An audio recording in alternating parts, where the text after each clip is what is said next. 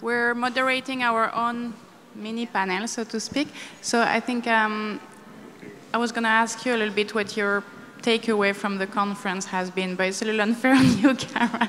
So, I'll ask Barbara. What's my takeaway? Yeah. Well, I think it's really a good idea for people that are engaged in creating art to be working with people that are engaged with conserving art. And I think that there was a kind of interesting conversation that came up at the end of your panel, which kind of goes to that in a different way. So there's conservation of things, and we all understand what that means, that if you have an object that is meant to last for a certain period of time, you need to figure out a way to conserve it. There's conservation of ideas, which is if you're creating a temporary artwork that's an experience, you want to figure out a way to document it. But the question that I think was not answered, and it's a very deep question, is what happens when your medium is community, and how do you conserve that experience? And it has to do with what happens afterwards. And I heard, you know, everybody saying that, well, I heard that you can't make the artist responsible for that, and of course you can't. And so the question is, actually, what kind of conservation and measurement and longevity can we put in place for these projects that are social practice projects that have a really important impact on the community at the time?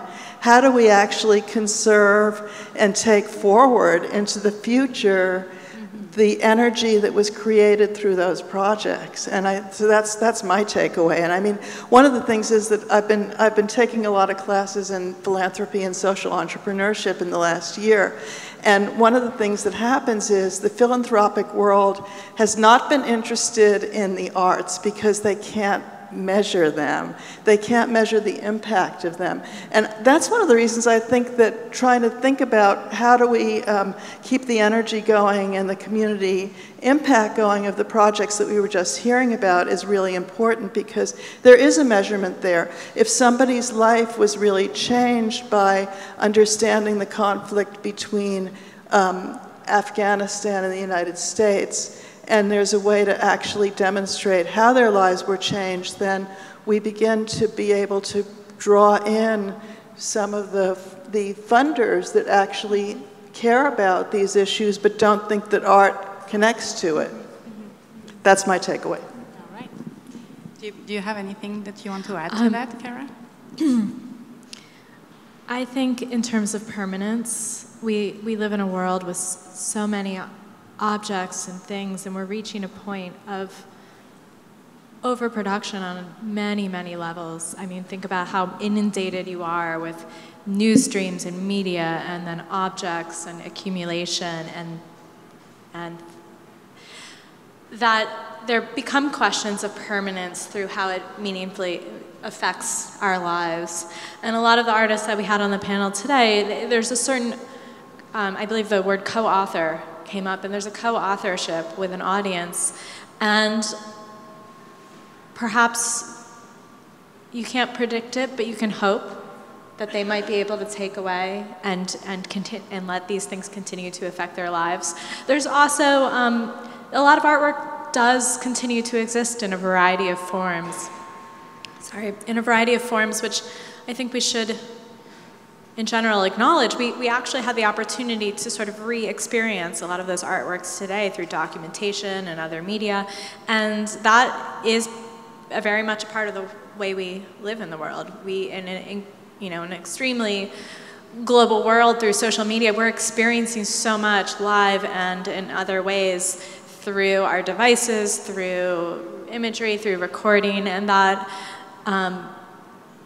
artists are also very carefully thinking through documentation because of that. And actually what we watched was, in fact, a way that these stories at least continue to have permanence, even if you were not present to be able to experience. Thank you. Well, if I can add my own penny to that. I think that's been very much a theme that has germinated throughout this conference and blossomed this morning, is the idea that, as Cara said, there's been in contemporary public art a shift from sculptural paradigm to much more temporary installations, interventions, whether it's social practice or not. Somehow, through all this, it seems to me that the goal is still the same, and it's to basically change people's life, whether it's 10 minutes or decades. And of course, don't get me wrong, like, because the artwork lasts for 4 hours, obviously you can have a very long-lasting impact that will resonate, as you mentioned. What was also interesting is the idea of permanence and longevity has also, seems to me, changed a lot, because I've heard people this morning and yesterday refer to long-term as 4 years, 5 years, 30 years. So it seems like even this idea has shifted. However, I'm sure there's also in this audience art administrators. I know there are people from Metrolink in LA. There are Jessica Kuzik from the city of Santa Monica, who deal with more discrete objects still that they need to actually place in our surroundings. So there's still that, even if that might not be the most highly visible part of contemporary public art right now. And conservation has been very much a part of this that's a tongue twister. Conservation has been a part of these conversations, which is great, but of course it leaves us with more questions. Where are the responsibilities to these temporary installations, to permanent art? How do we best try to conserve things, or should we not try, etc.? So basically, I think the conference have left me with more questions than answers, which I think is the sign of a good conference, hopefully. And the last thing, which for me is very much the takeaway, is I've heard from many people, oh, this has been great because I've never been in the room with this type of, like there's been art administrators and artists and professors in public arts and conservators and students, and many of them have told me I've never been in the same room at a conference with these other people. So I think this is also a really good achievement, and hopefully more conversations can be had. Is there any questions from the audience? I don't have a question, but in terms of how does the art live on, I just have a comment where I also think that, of course, the art lives on in the participants. They're not there participating in that moment and then go home and forget. There's a very strong, in my experience as a teacher and as a participant in these types of works, impact that has a ripple effect.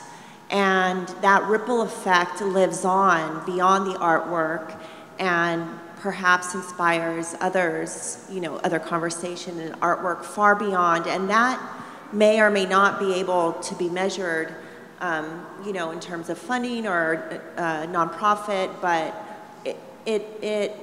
maybe it can be measured. Maybe, these projects have, like Suzanne mentioned, that they considered producing a database where the organizations could connect, maybe something like that where the participants could connect. Who knows if they'd use it. We have social media where people are connecting, but I think that it does live on in that regard too. And I think that's just an important observation that I've had and experienced. Thank you. Please, can you pass it just in front?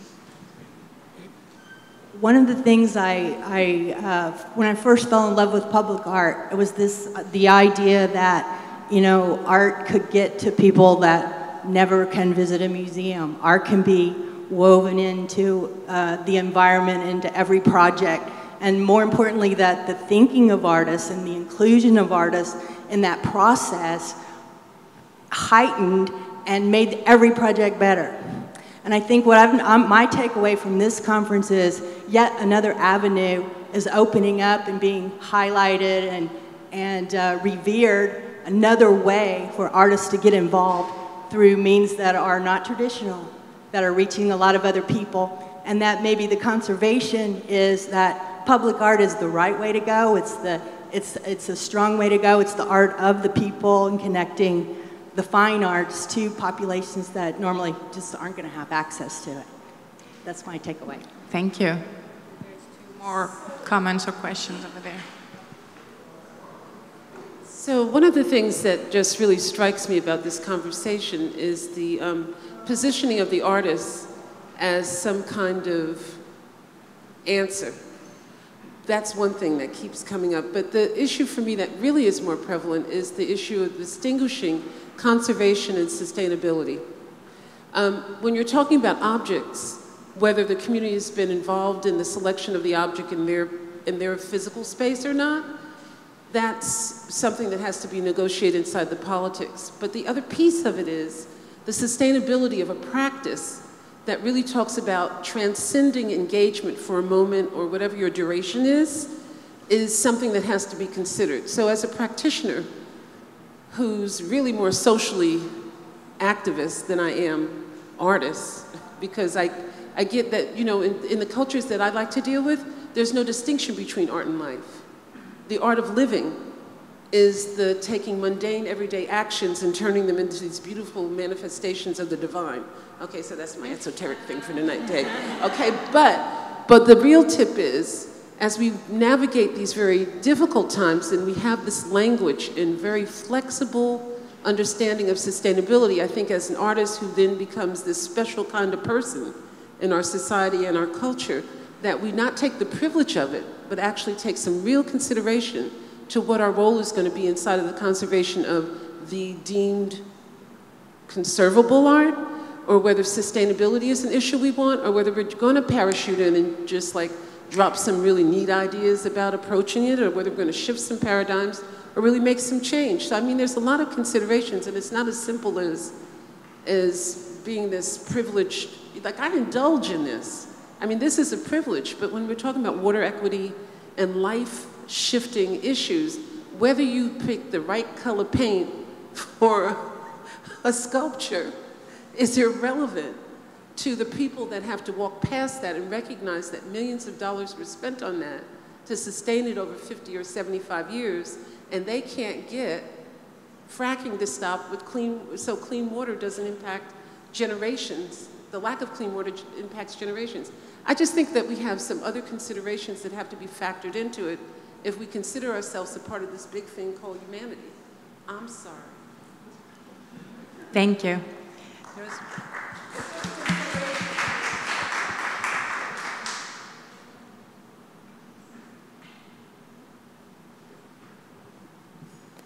That's kind of related to a burning question I had yesterday around the conservation and the preservation of objects. It's something material versus kind of meaning and relevance to communities. In light of Robert Murray's, the sculpture and the conservation of that piece, I was kind of curious about, you know, what was done, if anything, to reintroduce that piece to the community and to talk about the relevance of that work to the student population as well as the staff population. And I think it's interesting to consider the work of social practice artists as it relates to permanence and how you activate social practice in anticipation of the establishment of a permanent artwork and over the course of the life of a permanent artwork, because it can have relevance in so many different ways. So that's a question that I know kind of relates to the last panel, but I feel like it's coming full circle for me. Actually, Shefali, if you don't mind me putting you on the spotlight, I think that's a great question for you. So the conservation of the Robert Murray piece came as part of the 50th anniversary of the 1965 California International Sculpture Symposium. So it's on a little bit of information about that is on the back of your programs. But basically, as part of that sort of far-sighted initiative, we've been putting stuff out in like the student newspapers, the staff newspapers, faculty, all of that stuff. It's been going out. We had a huge banner that went up behind the sculpture to show, like, it showed the paint samples, the 13, different paint samples and things like that, and talked about what had happened over the years, why we were doing it, who we were doing it with. So people stopped by, they read it, they looked at it. It's a really, sorry. Oh my gosh, sorry. It's a really sort of iconic sculpture for campus. It's right in front of the bookstore, and it's a huge sort of pathway for students. So they're definitely finding out about it and learning about it. And I mean, and I was an art student on campus years ago, I never thought about it. So it's been an interesting process for me to sort of work at the museum and be involved in that, but we're getting the word out, as much as we can and trying to sort of let the students know and let the campus community know in general that this is something to celebrate. Does that answer your question? Can someone give the microphone to Rosa over there with the yellow shirt?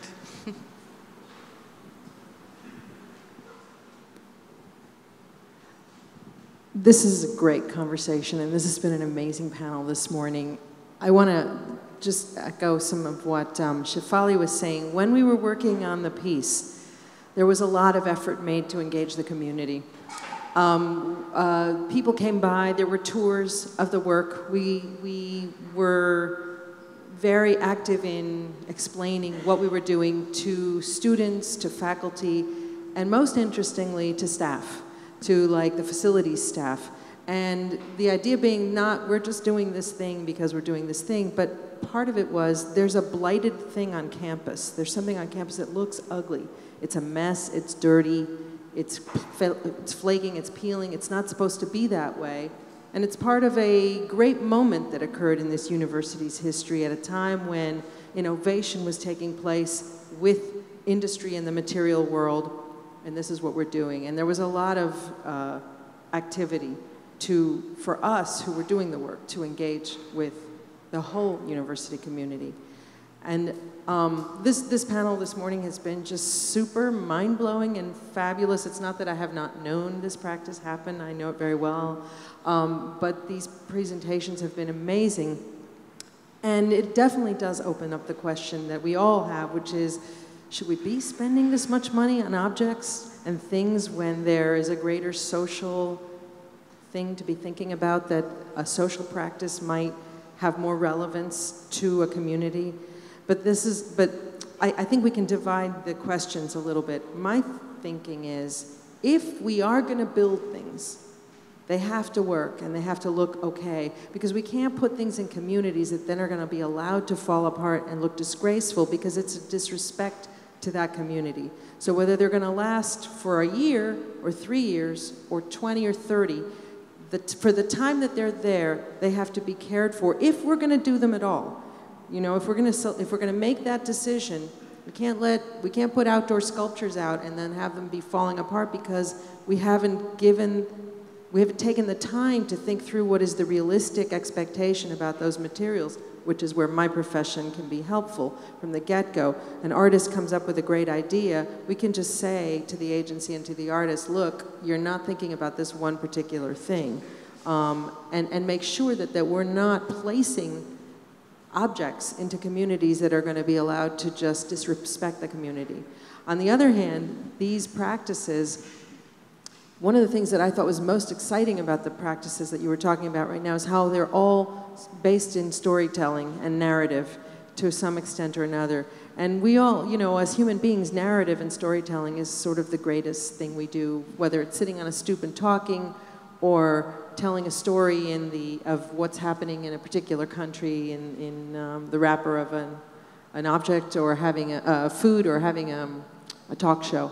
So, I wonder if they're so separate that they can't be combined, but I think that's the centerpiece of it, is what happens to people when they're engaged in this way. Thank you, Rosa. Oh. Hi, my name's Craig Stone, or Craig Creestone. I'm taught at Cal State Long Beach for the last 35 years. I'm the director of the American Indian Studies program, and Jorge Pardo and myself and Patrick Moore created a class back in the 90s on public art. So we use this as an opportunity to have a combined course between 3 different colleges. And we work with the Tongva Gabrielino community to look at notions of sustainability. So when we talk about sustainability, oftentimes people are thinking of carbon footprint. But what we were looking at is a collaboration with engineering and art to restore the Momatahiku, which is, that's the name of the 27-foot long plank canoe that belongs to the Gabrielino Tongva community. So we looked at notions of cultural property, what is it that is restored, how is it restored, what does that conservatorship look like? So this morning, there's a group of folks on the way over. We were talking about the particular type of epoxy, and is it too humid to use this epoxy today on this point canoe? So our notion is, you know, we're growing dog bean on campus, certain plants used for sanding, dog beans used to twine to sew this canoe together. So our notions, this is, we've had panels on campus, we'll have another panel on this, and it's collaborative with ethnic studies and women and gender studies and with the art department. So, so that's another aspect, you know, about sustainability and place and site, that at this site, there's a language that needs to be engaged with. There's the growing of plants that help to sustain the culture. So this Murray piece has actually created a cross-disciplinary dialogue. And, you know, ethnic studies is where social practice, from my perspective, and a lot of the concepts you talk about are women and gender studies, and ethnic studies is where that happened. You know, Judy couldn't get a job in an art department. Do you know what I'm saying? So there's a rootedness in faculty of color. Do you know what I mean? Where faculty of color have been concentrated.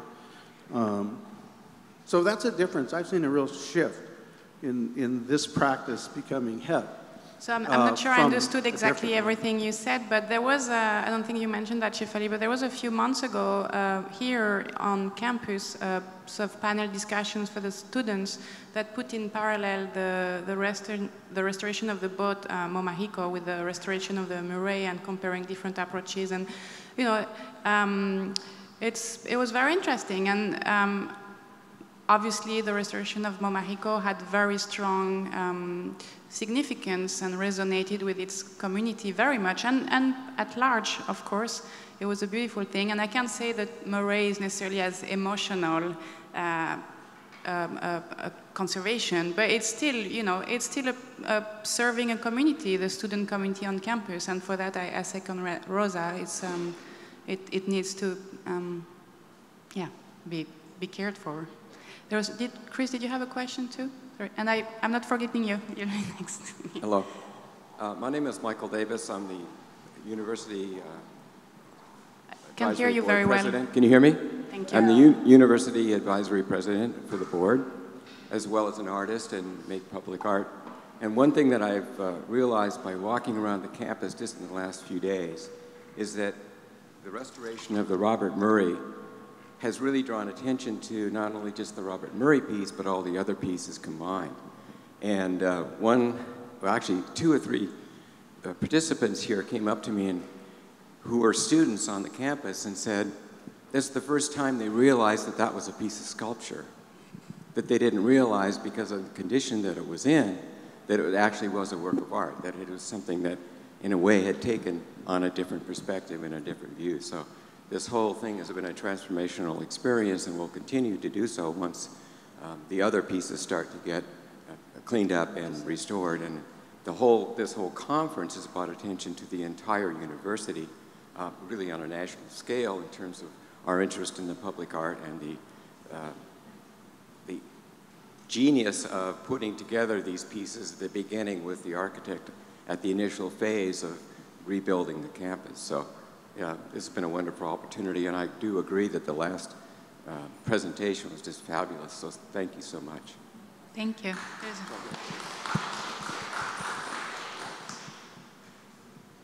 Hello, my name is Karina Massengale, and I agree the presentation is fabulous. Thank you so much.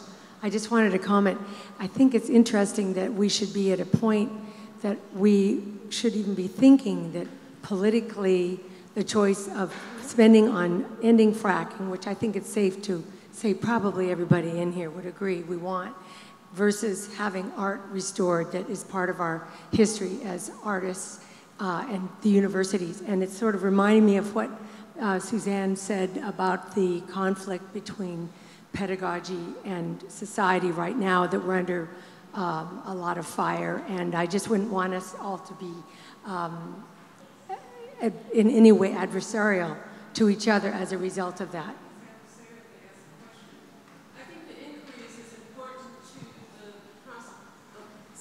let me be clear, it's not adversarial to ask a question.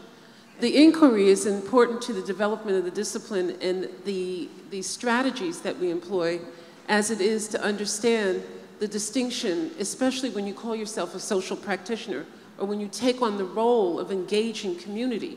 Community, you talked about the social contract. The social contract doesn't go anywhere. It's something that is always in play.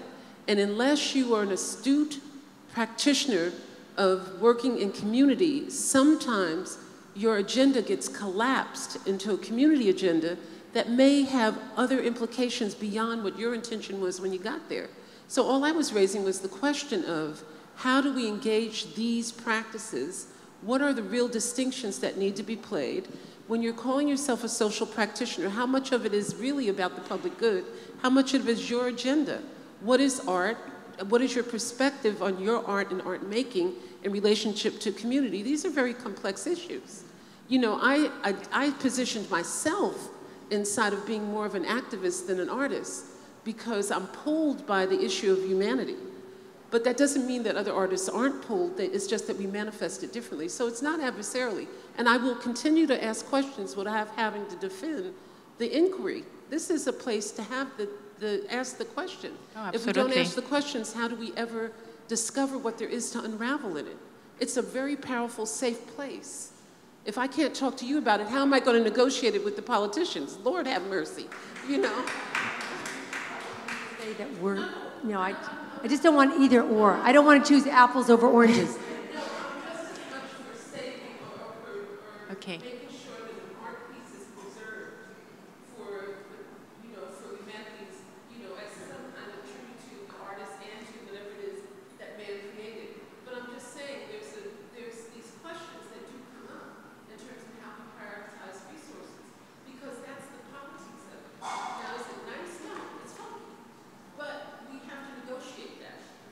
There's really a lot, I think, to the questions you're asking, obviously.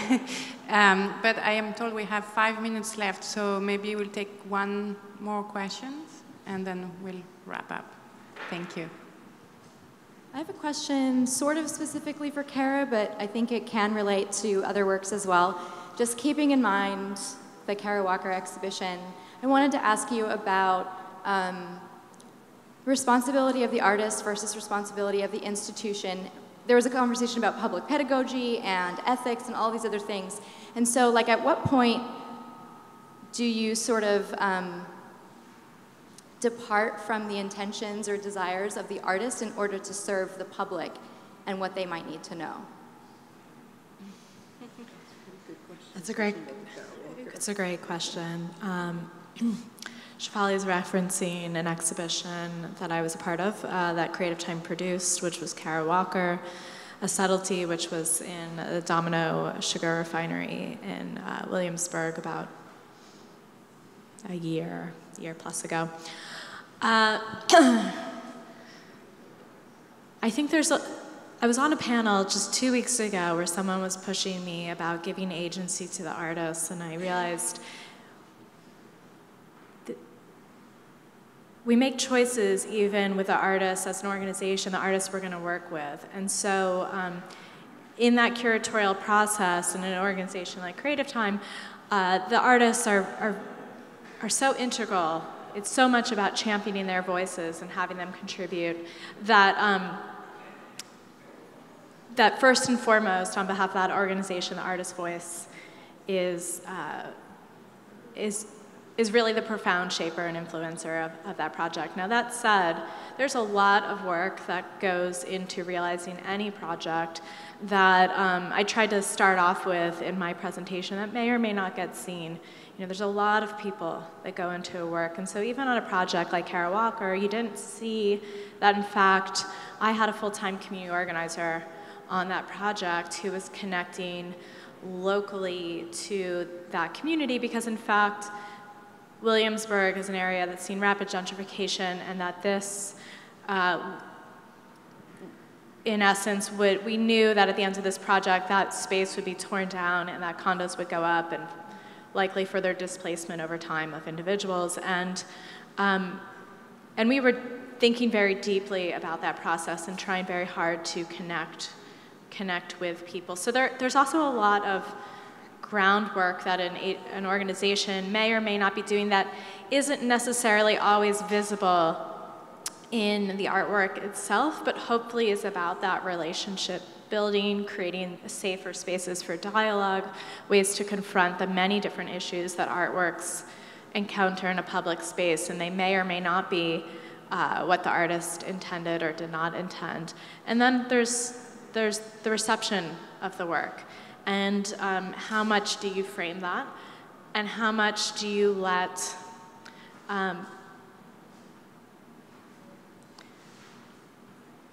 how much do you frame that? Now, we thought long and hard about that, working with the artist and the team, questioning, how much information do we provide at the outset?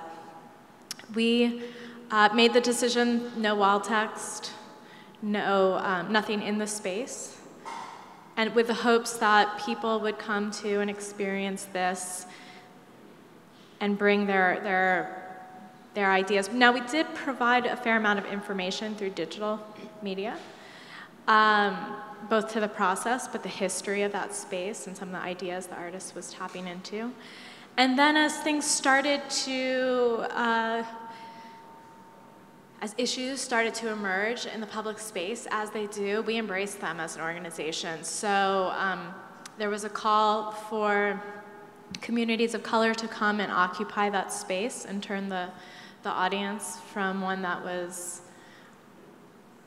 actually incredibly mixed for a New York City art viewing public to one that was predominantly people of color occupying that space. And as an organization, we tried very hard to embrace that. Creative Time is founded on principles that the public is a space for free dialogue and action. If we can't be having conversations in public, where can we?